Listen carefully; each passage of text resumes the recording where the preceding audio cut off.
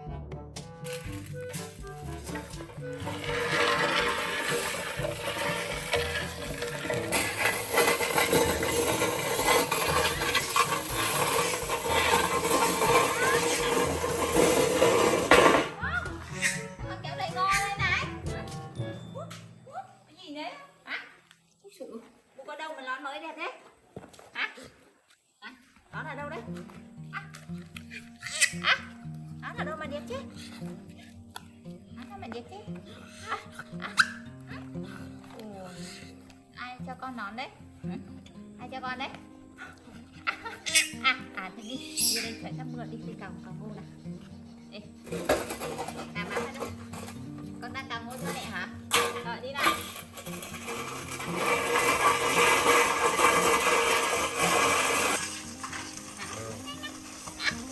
Rồi đây mẹ làm. Nào, đi. Nào đi.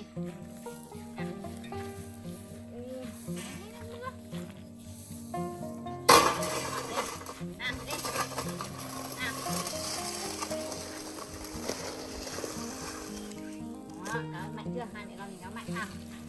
Đi nào.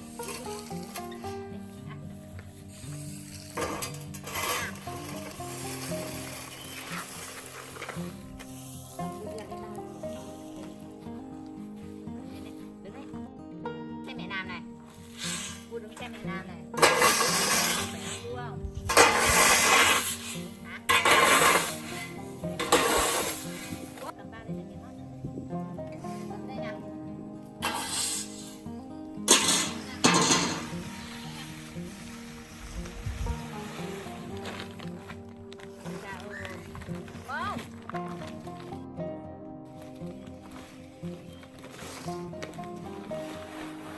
Cô cầm đi. Này. Bông. Này. Này.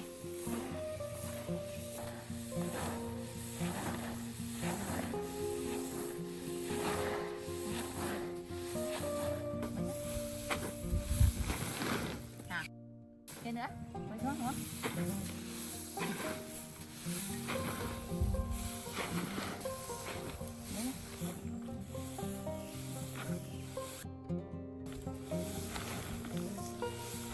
Quay vào đây nè. Cô kéo lên nào. Kéo lên cho mẹ làm đứng đấy.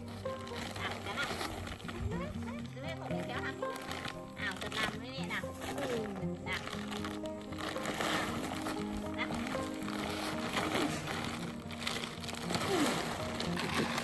Đưa cầm bao đi.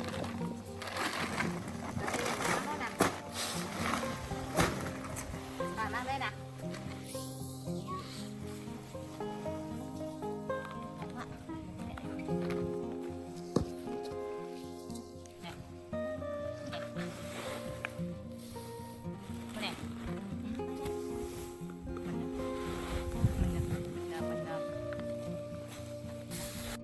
Bạn giúp mẹ nhá.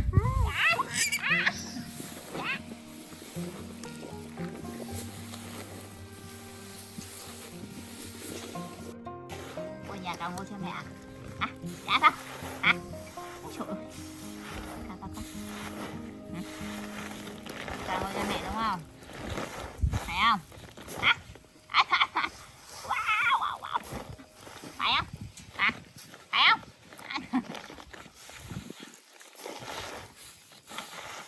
Ở đây mẹ rút rồi. Đó. Rút rồi trở về nha.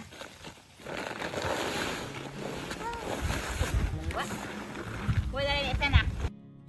Ra đây để xem nào. Ta cầm cái nón này xem. Cầm cái nón này, con cái nón đâu đẹp đấy. Nào. Cầm cái nón lên. Cầm lên cho mẹ xem nào. Cầm ra đây để mẹ xem. Ui. Ra đây mẹ xem nào. Đấy. Con đấy ở đâu đấy? Bình An. Du lịch Việt Nam. Đây. Ai cho cô cái nón xinh đẹp thế này? Con ấy ở đâu đấy? Múc. Con đổi vào. Con ấy ở đâu? Chỉ cho mẹ xem với. Ai cho con? Múc. Ai cho con đấy?